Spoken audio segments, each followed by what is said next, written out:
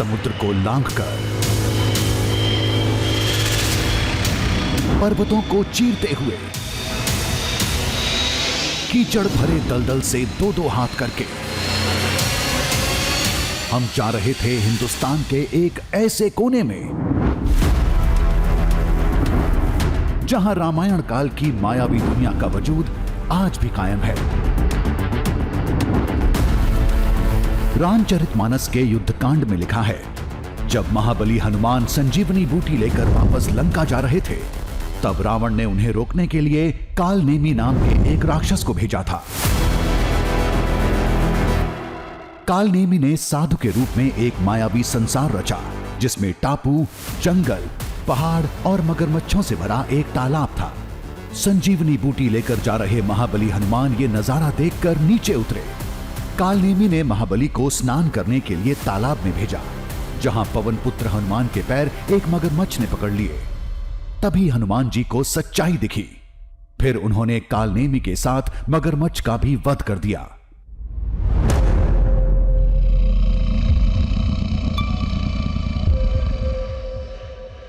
दावे के मुताबिक वो टापू, जंगल, मगरमच्छ मतलब कालनेमी की मायावी दुनिया के साक्ष्य आज मौजूद हैं।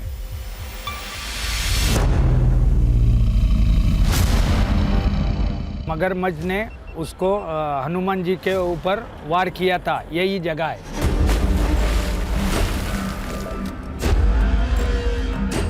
आपको मगरमच्छ का टापू नजर आएगा। हाँ। उधर बहुत सारे मगरमच्छ रहते हैं। बोट को किनारे लेना, किनारे। ये इस तरफ। ओह, कितना बड़ा मगरमच्छ है ये। किनारे लो।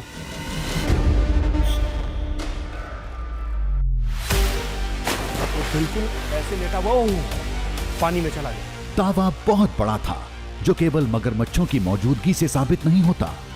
ऐसे नजारे तो देश में कई जगहों पर मिल जाएंगे।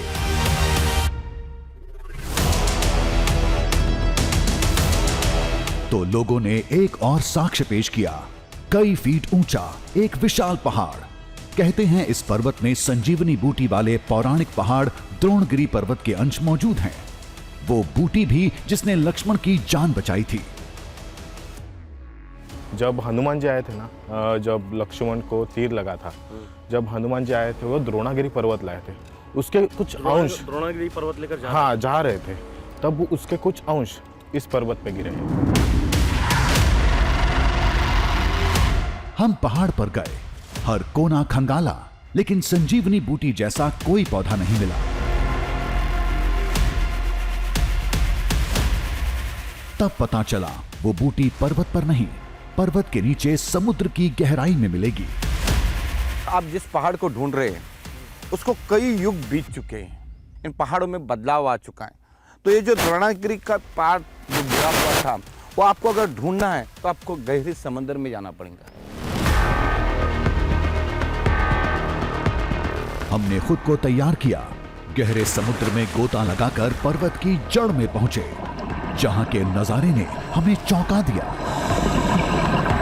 वहां एक अलग ही जल संसार था, जो इस दुनिया का नहीं लग रहा था।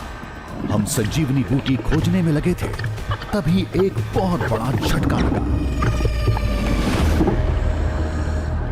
अरे ये क्या है?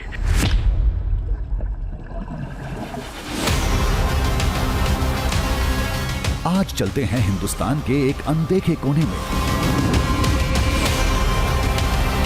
करते हैं अब तक की सबसे बड़ी पड़ताल और खोज कर लाते हैं अब तक का सबसे अद्भुत, सबसे अलौकिक और सबसे पहला त्रेता युग के मायावी संसार का दृश्य, जिसकी तलाश हमें महाराष्ट्र में रत्नागिरी के एक छोटे से गांव में ले गई, जहां के लोगों ने रामायण से जुड़ा एक बहुत बड़ा साक्ष्य देखने का दावा किया था। वो गांव वशिष्ठ नदी के किनारे बसा है। जी हां, वही महर्षि वशिष्ठ जो अयोध्या के राजगुरु होने के साथ श्री राम के गुरु थे।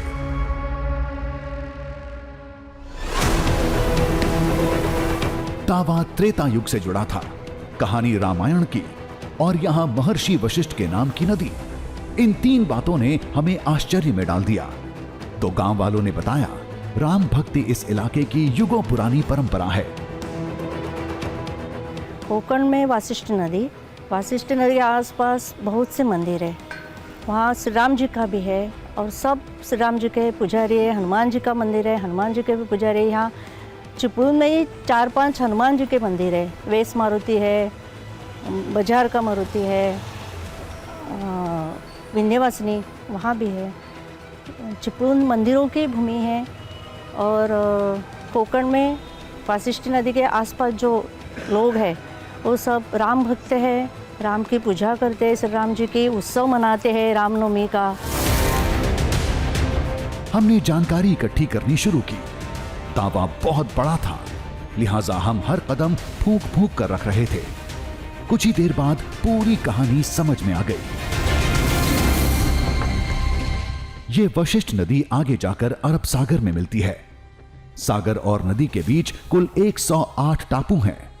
दावे के मुताबिक इन्हीं 108 में एक वो पौराणिक टापू भी है जिसे कालनेमी राक्षस ने बनाया था, जहां मगरमच्छ ने महाबली हनुमान का पैर पकड़ा था।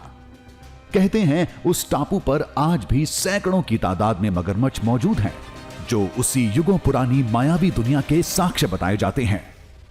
इधर आप वाशिष्ठ नदी के पास आप पहुंच गए हैं। हाँ। अभी आपको बोट से सफर करना है। यहाँ से बोट से जाना है। बोट से जाना है। हाँ। आगे आगे चल के आपको ये आपको मगरमच्छ का टापू नजर आएगा। हाँ। उधर बहुत सारे मगरमच्छ रहते हैं। हाँ। और मगरमच्छ ने उसको हनुमान जी के ऊपर वार किया था। यही जगह है। यही जगह है। हाँ, यहाँ से आपको 2 किलोमीटर 2.5 किलोमीटर आगे जाना पड़ेगा। हाँ। बोट से। हाँ। और बोट से वो मंजर आपको नजर आएगा। बोट से वो सब दिख जाएगा। दिख जाएगा। हम उस टापू पर जरूर जाएंगे, लेकिन पूरी तसल्ली करके। केवल मगरमच्छों की मौजूदगी से कुछ साबित नहीं होता। चंबल समेत देश भर में ऐसी जगहों की भरमार है।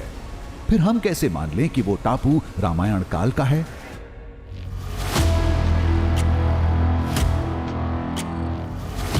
फिर सामने आता है एक बहुत बड़ा साक्ष्य।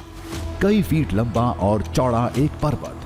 दावे के मुताबिक टापू से आगे समुद्र किनारे एक पर्वत है, जिसमें संजीवनी बूटी वाले पौराणिक द्रोणगिरी पर्वत के अंश मौजूद हैं।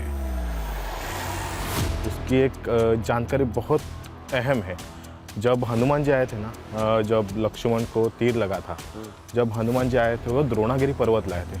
उसके कुछ अंश द्रोणागिरी पर्वत लेकर जा रहे थे, तब उसके कुछ अंश इस पर्वत पे गिरे हैं। संजीवनी बूटी वहां कैसे पहुंची, ये उसी दावे का अगला हिस्सा था। जब कालनेमी का वध करके महाबली द्रोणगिरी पर्वत लेकर लंका के लिए उड़े, तब उसका एक बड़ा टुकड़ा नीचे एक पहाड़ पर गिर गया था, जहां आज भी कुछ ऐसी जड़ी बूटियां मिलती हैं जो पूरे इलाके क्या पूरे महाराष्ट्र में नहीं दिखती, जिसे लोग संजीवनी बूटी बताते हैं। उस पे जो द्रोणागिरी पर्वत पे जो जड़ी बूटी मिलते हैं, उसके कुछ अंश इधर मिलेंगे आपको। ये अभी भी दिखते हैं? हाँ, दिखते हैं।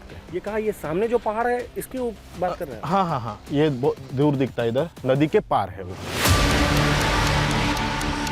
कोई उसे हनुमान पहाड़ कहता है, कोई जड़ी बूटी पर्वत। उसका रास्ता उसी पौराणिक टापू से होकर जाता है, जहां सैकड़ों मगरमच्छ एक रक्षक की तरह आज भी मौजूद हैं।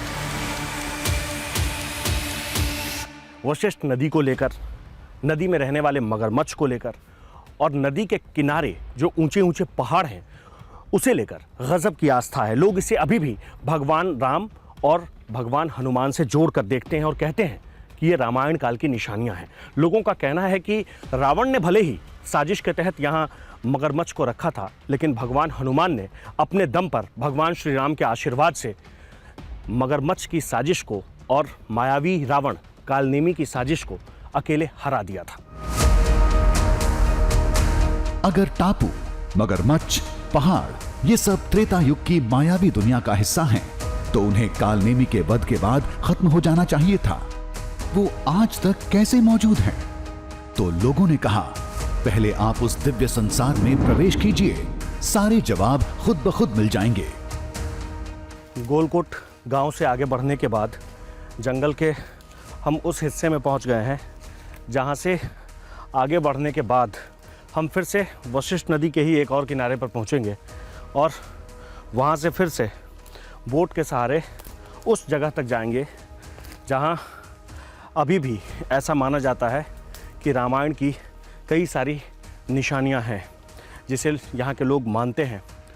और वहाँ तक पहुँचने के लिए हमें ऐसे ही जंगलों को पार करना है और आगे बढ़कर उस जगह तक पहुँचना होगा।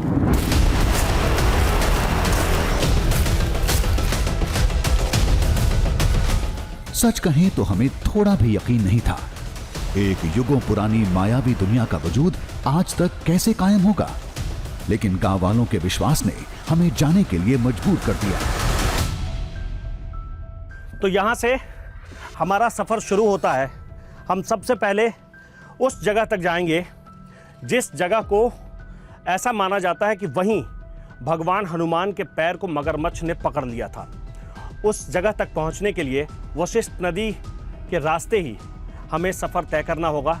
वहां तक पहुंचने में हमें कुछ वक्त लगेगा और जब हम वहां पहुंचेंगे तो देखेंगे कि वो कैसी जगह है।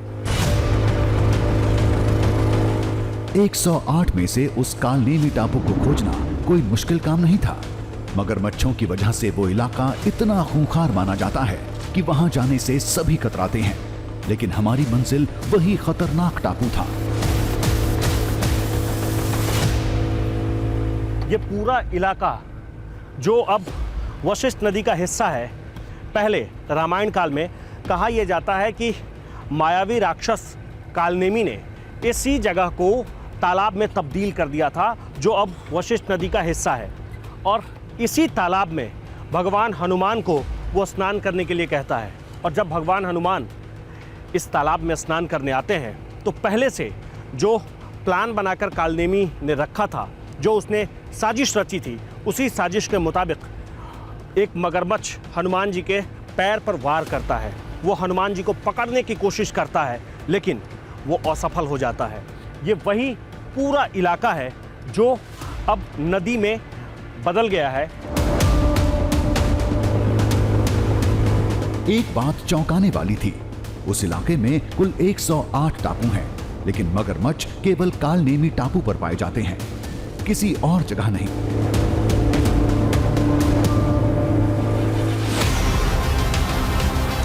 यहां तक कि सबसे करीब वाले टापू पर भी नहीं।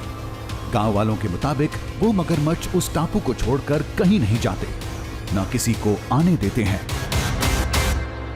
ऐसा इसलिए क्योंकि कहा जाता है कि जब कालनेमी ने भगवान हनुमान के स्नान के लिए जिस तालाब को बनाया था कि भगवान हनुमान वहां जाएंगे और स्नान करेंगे, सिर्फ उसी तालाब में मगरमच्छ रखे थे, बाकी किसी भी तालाब में मगरमच्छ नहीं रखे गए थे।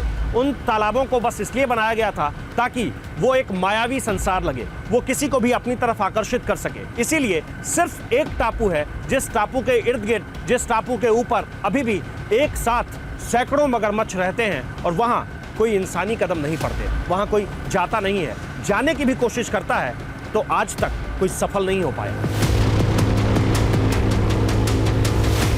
वशिष्ठ नदी में बोट बढ़ती जा रही थी। द्वीपों की दुनिया शुरू हो चुकी थी। वो जगह जिसे लोग मायावी दुनिया कहते हैं, वो अब ज्यादा दूर नहीं थी। कुछ ही पलों में हम वहां होंगे। यहां से करीब 3 किलोमीटर का और सफर बाकी है, जब हम बिल्कुल उसी जगह पर पहुंच जाएंगे जिस जगह पर मायावी राक्षस कालनेमी ने यह कहा था भगवान हनुमान से कि आप जाइए और वहां स्नान करके आइए। और जब भगवान हनुमान उस जगह पर पहुंचे तो उनके ऊपर मगरमच्छ ने वार कर दिया था, उनके पैर को पकड़ लिया था।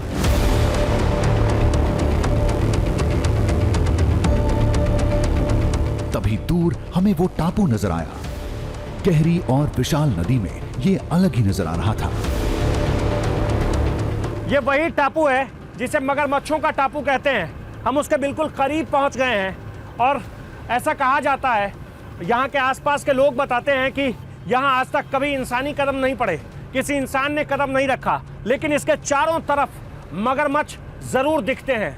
हम इसके करीब पहुँचेंगे और तब पता चलेगा कि आज हमें वो मगरमच्छ दिखेंगे या नहीं, जिनकी कहानी रामायण से जुड़ती है।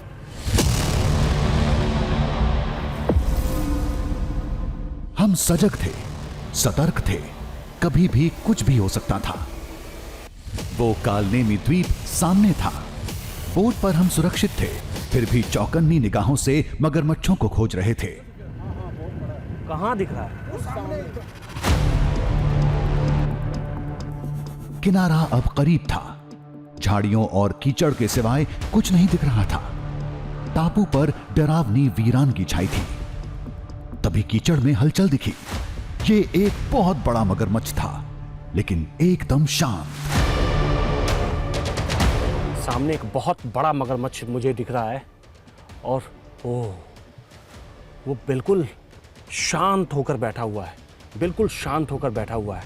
वैसे अक्सर मगरमच्छ ऐसे ही बैठते हैं और ऐसे ही बैठकर वो अपने शिकार का इंतज़ार करते हैं। जिस कहानी का बार बार हम जिक्र कर रहे हैं, जिस कहानी के बारे में बार बार हम आपको बता रहे हैं, उसमें भी यही कहा गया है कि मगरमच्छ बहुत शांत चित्त से बैठे हुए थे और जैसे ही भगवान हनुमान स्नान करने के लिए गए, मगरमच्छ ने उनके ऊपर अटैक कर दिया, उनके पैर को पकड़ लिया।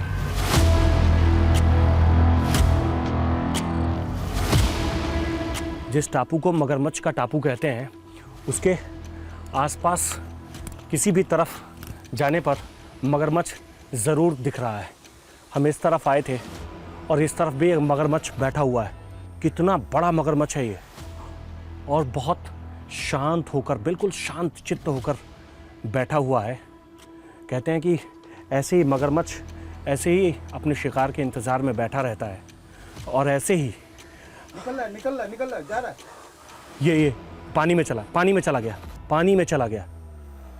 और अब धीरे धीरे जैसे ही उसने देखा कि कोई उसके करीब है, वो ठीक हमारे उलट दूसरी दिशा में चला गया और अभी थोड़ा सा उसका सिर दिख रहा है। नहीं, अब दिखना बंद हो गया। हमने नजरें दौड़ाई तो द्वीप के हर हिस्से में मगरमच्छ दिखे। दहशत से शरीर में करंट दौड़ गया।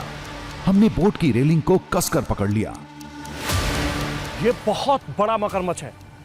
अब तक मैंने जितने भी मगरमच्छ देखे हैं, उसमें ये सबसे बड़ा मगरमच्छ है। उसकी निगाहें हमें घूर रही थीं। वो तभी हमारी तरफ बढ़ा और पानी में गुम हो गया। वो पानी में चला गया। हमारे पसीने छूट रहे थे। चारों तरफ गौर से देखा। एक तरह से मगरमच्छों ने घेर रखा था। ये वही इलाका था, दावे के मुताबिक, जिसे रामायण काल की मायावी दुनिया बताया जाता है। महाबली हनुमान को संजीवनी बूटी ले जाने से रोकने के लिए इसे कालनेमी राक्षस ने बनाया था, जहां एक मगरमच्छ ने हनुमान जी का पैर पकड़ लिया था। यहां आज भी वही खतरनाक जलचर पाए जाते हैं। जिस टापू पर अभी भी सैकड़ों की संख्या में मगरमच्छ रहते हैं, उसका एक हिस्सा ये भी है, बिल्कुल ठीक सामने। ये वही मगरमच्छ है। ये वही मगरमच्छ है जिसे हम ऊपर से आते हुए देख रहे थे, और जैसे ही इसे इस बात की आहट लगी कि कोई उसके करीब आ रहा है, वो पानी में चला गया। यहाँ कहते हैं कि एक या दो नहीं, सैकड़ों की संख्या में मगरमच्छ हैं और इसी टापू के आसपास और इस टापू के ऊपर उनका ही कब्जा है।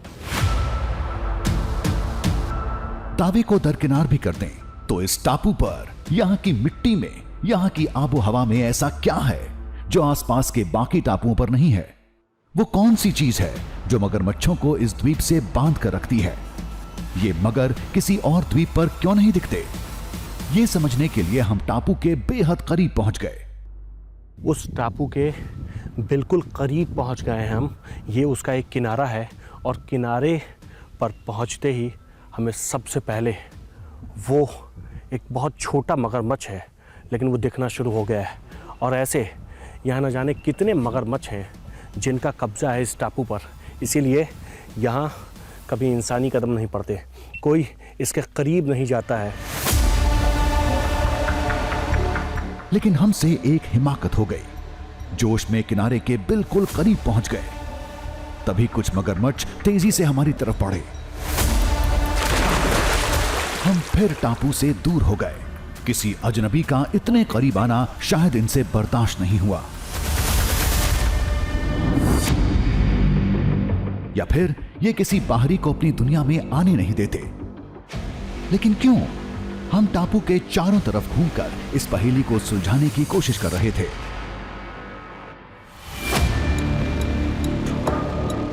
एक किनारे पर मगरमच्छों का बसेरा दिखा, जो साबित करता है ये द्वीप ही इनका घर है। जिस मगरमच्छ को यहाँ के लोग रामायण से, कालनेमी से, भगवान हनुमान से जोड़कर देखते हैं, वो अभी भी ठीक बगल में जो छोटी छोटी गुफाएं दिख रही है, उन गुफाओं में वो मगरमच्छ रहते हैं। पूरे इलाके में 108 टापू हैं, लेकिन ये खतरनाक प्राणी केवल इसी टापू पर रहते हैं। अब इसे परखने की बारी थी। इसके लिए हमें कालनेमी टापू को छोड़ बाकी बचे 107 में से किसी एक द्वीप पर उतरना होगा, लेकिन हालात इसकी मंजूरी नहीं दे रहे थे।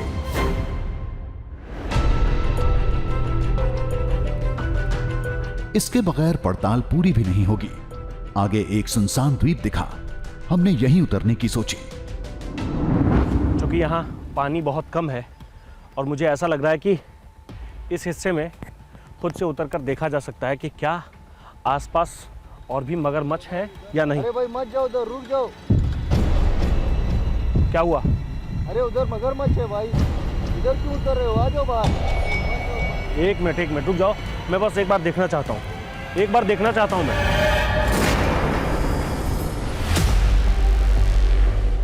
यह द्वीप मगरमच्छ वाली जगह के ठीक बगल में था। तैरकर यहां आने में चंद मिनट लगेंगे, लेकिन कहते हैं वो मगरमच्छ केवल उसी टापू पर रहते हैं और कहीं नहीं जाते। इस दावे में कितना दम है, यही पता करना था।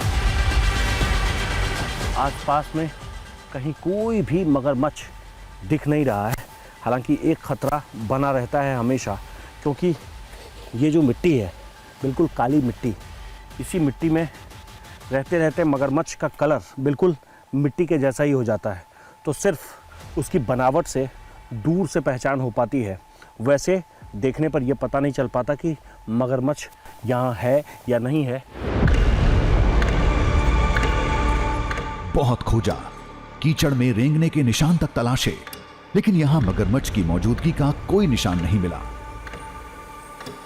जबकि चंद मीटर दूर सामने उस टापू पर उनकी मौजूदगी हमें साफ दिख रही थी। यहां तो पूरी दुनिया से अलग ही नजारा था। शायद मगरमच्छों की इस अजीब हरकत की वजह से ही इसे मायावी संसार कहा जाता है। लेकिन ये तो आधी तस्वीर थी, अभी तो हनुमान पहाड़ पर जाना था। तो अब हमारा सफर अरब सागर के लिए शुरू होता है और वशिष्ठ नदी के सहारे ही हम अरब सागर तक पहुंचेंगे और वहां हमें वो निशानी दिखने वाली है जिसे देखने के बाद इस बात पर यकीन हो जाएगा कि लोग इस पूरी कहानी को रामायण से जोड़कर क्यों देखते हैं, क्यों कहते हैं कि जिस टापू के ऊपर मगरमच्छों का कब्जा है वो रामायण काल से उसकी कहानी जोड़ती है, क्यों लोग कहते हैं कि यहीं आसपास में कहीं भगवान हनुमान के हाथ से द्रोणागिरी पर्वत का कुछ हिस्सा गिर गया था। तो अब हम अरब सागर की तरफ चलते हैं। ये वशिष्ठ नदी 45 किलोमीटर बहने के बाद अरब सागर में मिल जाती है। सागर के उसी तट पर वो हनुमान पहाड़ है। दावे के मुताबिक जहां पौराणिक द्रोणगिरी पर्वत का एक बड़ा टुकड़ा उस समय गिरा था जब संजीवनी बूटी लेकर महाबली हनुमान लंका जा रहे थे।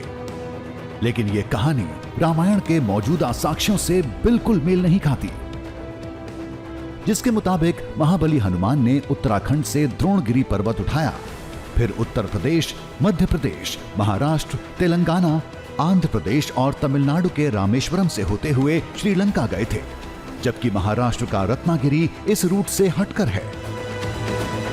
फिर द्रोणगिरी पर्वत का टुकड़ा इधर कैसे पहुंचा?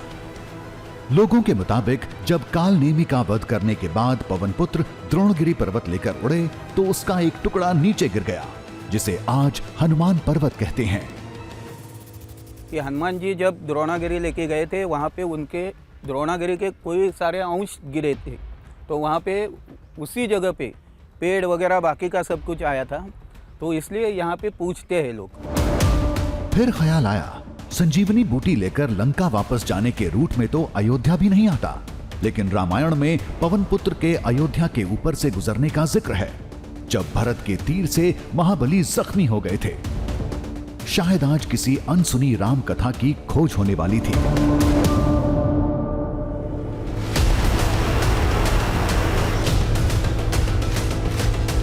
बताते हैं, उस पहाड़ पर कुछ ऐसी बूटियां मिलती हैं जो रत्नागिरी छोड़िए पूरे महाराष्ट्र में नहीं पाई जाती। कुछ लोगों ने संजीवनी बूटी की तरह उनमें चमक देखने का भी दावा किया था। धीरे धीरे अब हम उस जगह तक पहुंच गए हैं जहां वशिष्ठ नदी खत्म होने वाली है और शुरू हो जाएगा अरब सागर। जहां वशिष्ठ नदी और अरब सागर का मिलन होता है, वहां का दृश्य अद्भुत था, जैसे हमने इसे पार किया। सामने थी हमारी मंजिल, वो हनुमान पहाड़ जहां हमें उस अद्भुत बूटी का पता लगाना था। अब यहां से शुरू होता है दृश्यम की खोज का दूसरा अध्याय, यानी पहाड़ की चढ़ाई और अलौकिक जड़ी बूटी की तलाश, जिसे लोग संजीवनी बूटी कहते हैं।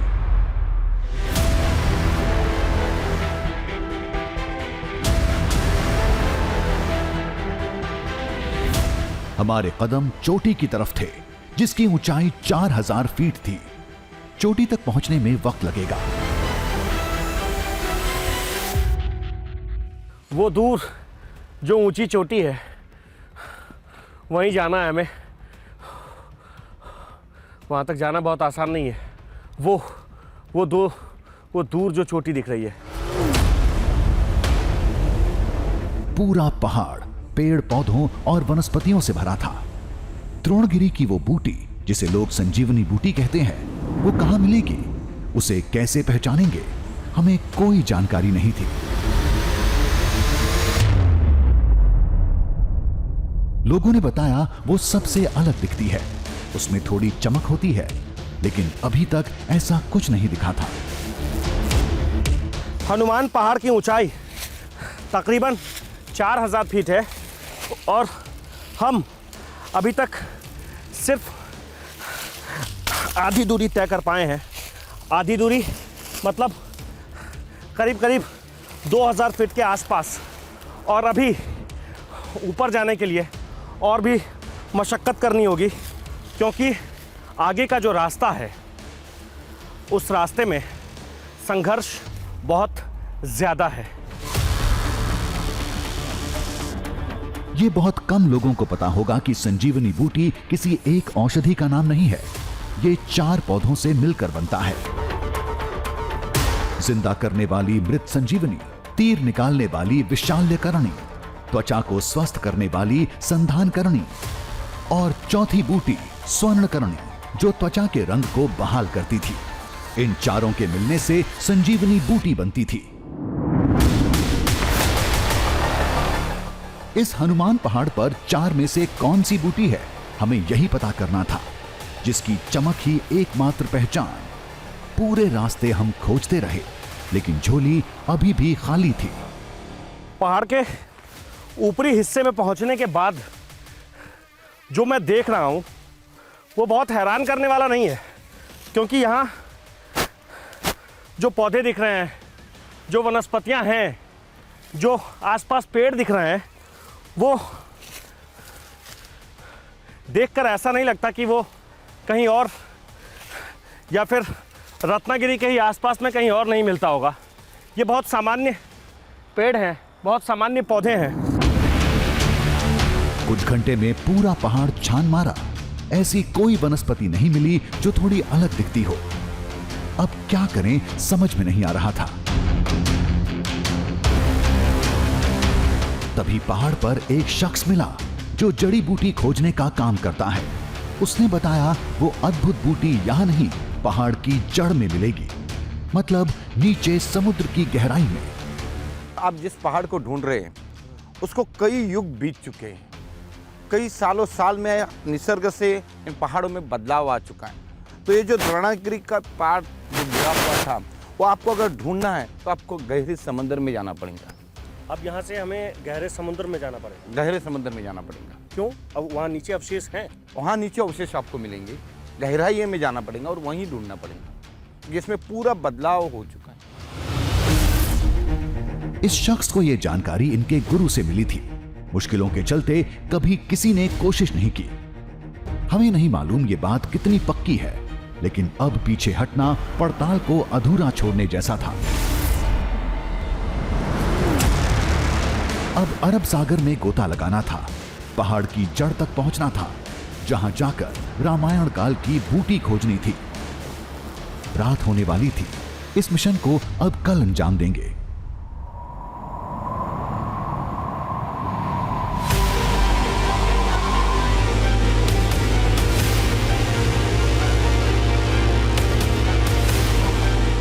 सुबह होते ही हमारी बोट का रुख पर्वत की तरफ था। हमें विशाल पहाड़ की दूसरी तरफ, जो अरब सागर से लगा है, उधर जाकर गोता लगाना था। आगे जिस जगह तक हमें जाना है, उस जगह को यहां से देख पाना भी संभव नहीं है। लेकिन जब यह सफर तकरीबन 2 घंटे तक चलेगा, उसके बाद हम उस जगह तक पहुंच जाएंगे जहां यह दावा किया जाता है कि समुद्र की गहराई में जाने के बाद ऐसी कई निशानियां दिखती है। अंजाम की परवाह किए बगैर हम बढ़े जा रहे थे। आगे क्या करना था ये पता था। गोता लगाकर पहाड़ के निचले हिस्से में जाएंगे। वहां सैकड़ों वनस्पतियों के बीच एक ऐसा पौधा खोजना था जो सबसे अलग दिखता हो, जिसमें थोड़ी चमक हो। कुछ देर बाद हम उस पहाड़ के करीब थे। पहले चक्कर लगाया, गोता लगाने की सुरक्षित जगह खोजी, फिर तैयारी में जुट गए।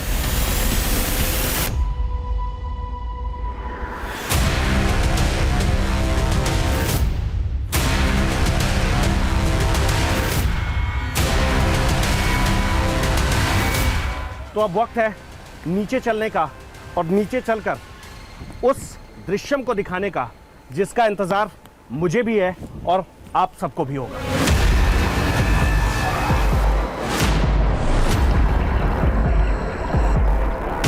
समुद्र में गोता लगाया, तेजी से गहराई की तरफ बढ़े। 35 से 40 फीट नीचे जाना था।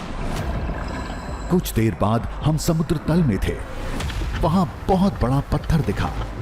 ये पर्वत का निचला हिस्सा था। हम करीब 25 फीट गहराई में हैं। ये पहाड़ का निचला हिस्सा है। अब हमें वो बूटी खोजनी होगी जो सबसे अलग दिखती हो। देखते हैं क्या होता है। यहाँ कई तरह के समुद्री पौधे, एकदम सामान्य, जो सभी समुद्रों में मिल जाते हैं। हम थोड़ा और नीचे गए। एक तंग रास्ता दिखा। हम अंदर घुसते चले गए। अंदर एक अजीब समुद्री संसार था। ये कौन सी जगह है? ऐसा तो हमने कभी नहीं देखा। ये पत्थर भी बड़े अजीब हैं। बहुत ही अद्भुत नजारा है यहाँ। हमने कई सागरों में गोता लगाया है, लेकिन ये तो सबसे अलग है। हमें चमक वाले पौधे की तलाश थी, जिसे संजीवनी बूटी का नाम दिया गया है। थोड़ा और आगे बढ़े तो हैरत अंगेज नजारा दिखा। लंबी चट्टानों के पिलर जैसे आकार थे। पिलर नुमा आकार के पत्थरों पर कुछ वनस्पतियां भी थीं, लेकिन ये वो नहीं थे जिसकी हमें तलाश थी। नहीं, ये वो नहीं है। हमें और आगे जाना होगा। समुद्र की गहराई में पत्थरों के बीच तलाश जारी रही। तभी एक पौधा दिखा, जो वाकई बिल्कुल अलग दिख रहा था। इसके जैसा दूसरा पौधा आसपास नहीं था। इसमें थोड़ी चमक भी थी। अरे ये क्या है?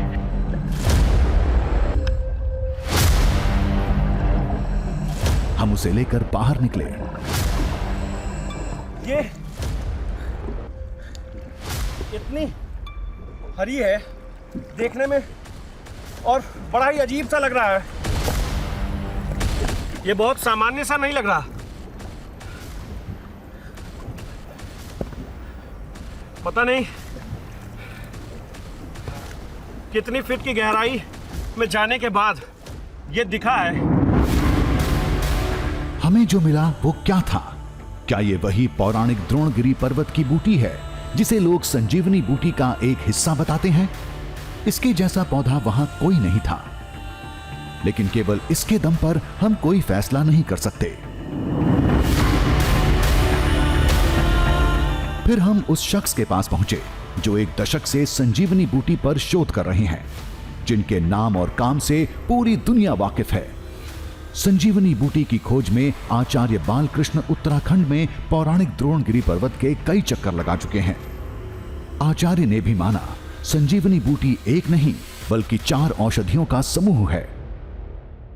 संजीवनी वस्तुतः वह औषधियों का समूह है, वो सिर्फ एक पौधा नहीं है, क्योंकि संजीवनी के अंदर में मृत संजीवनी, विशल्यकर्णी, संधानकर्णी, सुवर्णकर्णी, इस तरह से ये जो पौधों का समूह है ये 4 ग्रुप हैं। जिंदा करने वाली मृत संजीवनी, बाढ़ निकालने वाली विशाल्यकर्णी, त्वचा को स्वस्थ करने वाली संधानकर्णी और त्वचा के रंग को बहाल करने वाली सुवर्णकर्णी। इन चारों के मिलने से संजीवनी बूटी बनती है। हमें जो मिला था उसका आकार स्वर्णकर्णी से कुछ हद तक मिलता है, लेकिन ये युगों पुरानी औषधि से जुड़ा मामला है। इतनी जल्दी फैसला नहीं हो सकता। इसके लिए एक पक्के शोध की जरूरत थी। किंवदंती है कि जो द्रोणगिरी पहाड़ को जब स्वयं हनुमान जी, जब भगवान हनुमान उठा करके ले जा रहे थे तो एक आध जगह तो विश्राम के लिए रुके, कुछ जगह पर वो पहाड़ गिरे भी।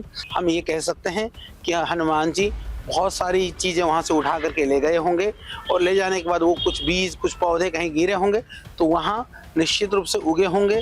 और यह अभी और अनुसंधान की आवश्यकता है कि सच में कि कौन से पौधे किस क्षेत्र में पाए जा रहे हैं जो उस क्षेत्र में नहीं होते हैं। हो सकता है ये कोई पौराणिक बूटी हो जिसका रंग रूप वक्त के साथ बदल गया हो। ये भी हो सकता है कि ये कोई अलग तरह की जड़ी बूटी हो जिसकी खोज अभी तक नहीं हो पाई। लेकिन ये खोज हमें जिस दुनिया में ले गई थी वो किसी आश्चर्य से कम नहीं था। नदी, टापू, मगरमच्छ और पहाड़ का वो संसार अपने आप में अनोखा था। तमाम अगर मगर के बीच अगर कुछ सच था तो वो था इस दुनिया का ये अद्भुत दृश्य।